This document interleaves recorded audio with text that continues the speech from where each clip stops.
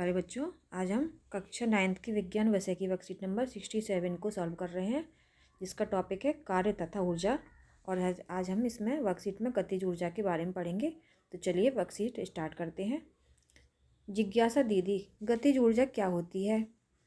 ज्ञान, जब एक वस्तु गति करती है तब हम यह कहते हैं कि उसमें गतिज ऊर्जा है। अतः एक वस्तु विराम अवस्था में है तो उसमें कोई गतिज ऊर्जा नहीं होती है। उदाहरण, बहता हुआ जल, लुढ़कता गिरता पत्थर, चलती कार आदि। गतिज ऊर्जा, किसी वस्तु की गति के कारण उसमें उपस्थित ऊर्जा को अगतिज ऊर्जा कहते हैं। गतिज ऊर्जा को प्रभावित करने वाले कारक आ है वस्तु का द्रव्यमान, बी है वस्तु का वेग। तो बेटा, वस्तु का द्रव्यमान अधिक होगा तो वस्तु की गतिज ऊर्जा भी अधिक होगी। इसी प्रकार जब वस्तु का वेग अधिक होगा तो उसकी गतिज ऊर्जा में भी वृद्धि हो जाएगी। तो द्रव्यमान और वस्तु का वेग दो ऐसे कारक हैं जो कि गतिज ऊर्जा को प्रभावित करते हैं। आगे बढ़ते हैं। गतिज ऊर्जा का गणितीय समीकरण। माना कि एक वस्तु जिसका द्रव्यमान m है वह u वेग से गति करती है। एक बल F उस पर कार्य करके a त्वरण से उसके वेग को v और s दूरी तक विस्थापित कर देता है। अतः कार्य W बराबर F इंटू एस। गति के दूसरे नियम से F बराबर ma, अतः W बराबर ma गुणा s। गति के तीसरे समीकरण से बेटा हमने ये सब पहले पढ़ा हुआ है। तो गति का तीसरा समीकरण क्या है? v square minus u square बराबर 2as।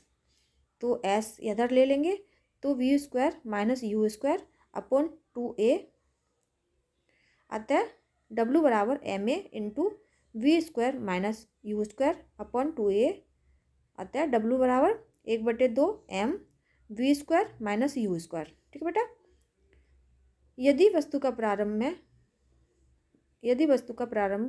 में वेग विराम अवस्था में है, अगर वस्तु प्रारंभ में विराम अवस्था में है, क्या होगा? तो उसका प्रारंभिक वेग 0 हो जाएगा। u बराबर 0, W बराबर 1/2 mv स्क्वायर। किया गया कार्य ऊर्जा, अतः गतिज ऊर्जा E के बराबर 1/2 mv स्क्वायर। यहाँ का क्या के का मतलब है? काइनेटिक एनर्जी, मतलब गतिज ऊर्जा। ठीक है बेटा। यदि वस्तु विराम अवस्था में है तो u बराबर 0 हो जाएगा, 0 हो जाएगा। अतः विराम अवस्था में वस्तु की गतिज ऊर्जा 0 होती है। जब विराम अवस्था में है तो गतिज ऊर्जा तो 0 होनी ही होनी है, क्योंकि विराम अवस्था में स्थित ऊर्जा काम करती है, जबकि गतिज ऊर्जा वस्तु में किसी गति के कारण होती है। ठीक है बेटा। उदाहरण है, पहला उदाहरण है, एक वस्तु जिसका द्रव्यमान 10 किलोग्राम है 4 मीटर पर सेकंड के वेग से चल रही है। इसकी गतिज ऊर्जा ज्ञात कीजिए जो इसमें गति करते समय है।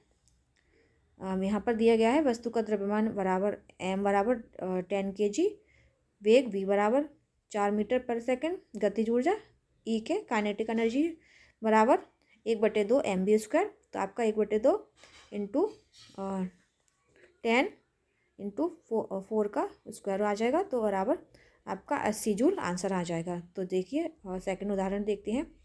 एक कार की गति को 30 किलोमीटर पर आवर से 60 किलोमीटर पर आवर तक ले जाने के लिए आवश्यक बल ज्ञात कीजिए यदि उस कार का द्रव्यमान 1500 kg है। ठीक है बेटा, 1500 kg है। तो कार का द्रव्यमान दिया गया है 1500 kg।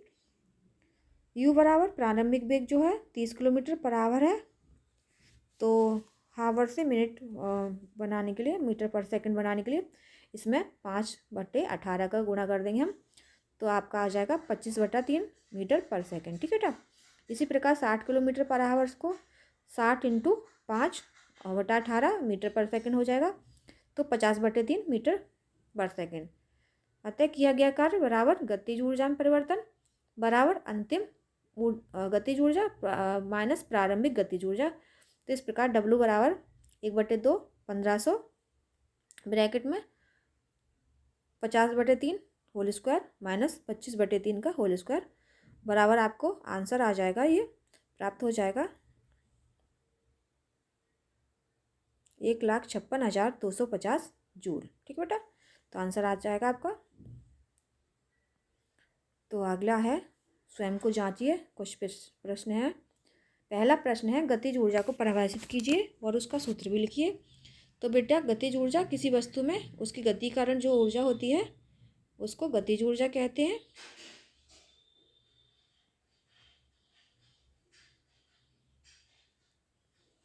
और जूल उसका मात्रक है। यहाँ से लिख सकते हैं आप, गतिज ऊर्जा कहते हैं। ठीक है बेटा, यहाँ तक। सेकंड क्वेश्चन की तरफ चलते हैं। एक गैराज में खड़ी कार की स्थित ऊर्जा कितनी होगी? बेटा अगर कार गैराज में खड़ी है तो इसकी स्थितिज ऊर्जा शून्य होगी। ठीक है बेटा, शून्य होगी स्थितिज ऊर्जा, सॉरी गतिज ऊर्जा शून्य होगी क्योंकि स्थितिज ऊर्जा की अवस्था में है। ठीक है बेटा, तो प्रारंभिक वेग शून्य हो जाएगा, गतिज ऊर्जा शून्य हो जाएगी। गतिज ऊर्जा किन किन कारकों पर निर्भर करती है? द्रव्यमान और वेग पर। ऊपर से लिख लेंगे, वेग अधिक होगा तो गतिज ऊर्जा भी अधिक होगी और द्रव्यमान अधिक होगा तो गतिज ऊर्जा भी अधिक होगी। ठीक है बेटा। चौथा क्वेश्चन है, 5 मीटर की गति करती हुई एक वस्तु जिसका द्रव्यमान m है, उसकी गतिज ऊर्जा 25 जूल है। यदि वेग को 2 गुना कर दिया जाए तो उसमें गतिज ऊर्जा कितनी होगी?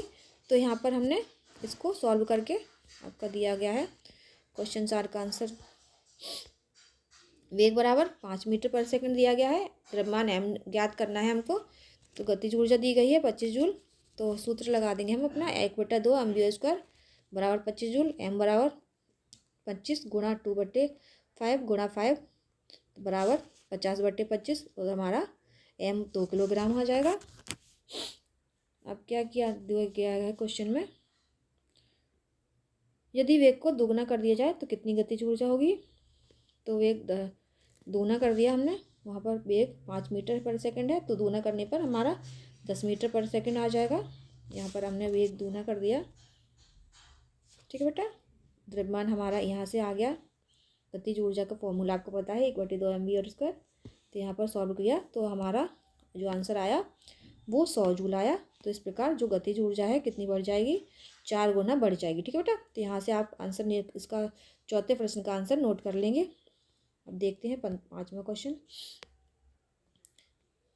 एक बल 20 किलोग्राम द्रव्यमान की एक वस्तु के वेग को 5 मीटर पर सेकंड से 2 मीटर पर सेकंड कर देता है।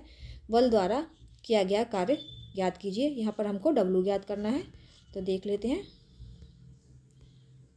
आंसर 5 है। वस्तु का द्रव्यमान दिया गया है 20 किलोग्राम, प्रारंभिक वेग u बराबर 5 मीटर पर सेकंड, तो 5 मीटर पर सेकंड से 2 मीटर पर सेकंड कर दिया गया था, तो अंतिम वेग v बराबर 2 मीटर पर सेकंड हो जाएगा। कार्य W बराबर अपना सूत्र में रख देंगे, 1/2 mv² होता है, तो 1/2 mv² माइनस u², क्योंकि u हमारा प्रारंभिक वेग है, v अंतिम वेग है।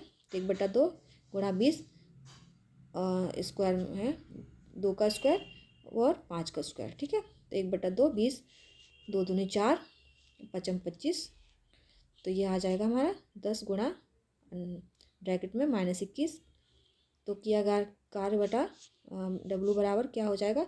-210 जूल। तो माइनस यहाँ पर क्या बताता है कि किया गया कार्य ऋणात्मक में है, विपरीत दिशा में है। ठीक है बेटा, ऋणात्मक कार्य किया गया है तो ये विपरीत दिशा में कार्य किया गया। इससे यहाँ से 5वें नंबर का आंसर आप नोट कर लेंगे। तो आज की वर्कशीट आपकी सॉल्व होती है। वीडियो देखने के लिए थैंक यू।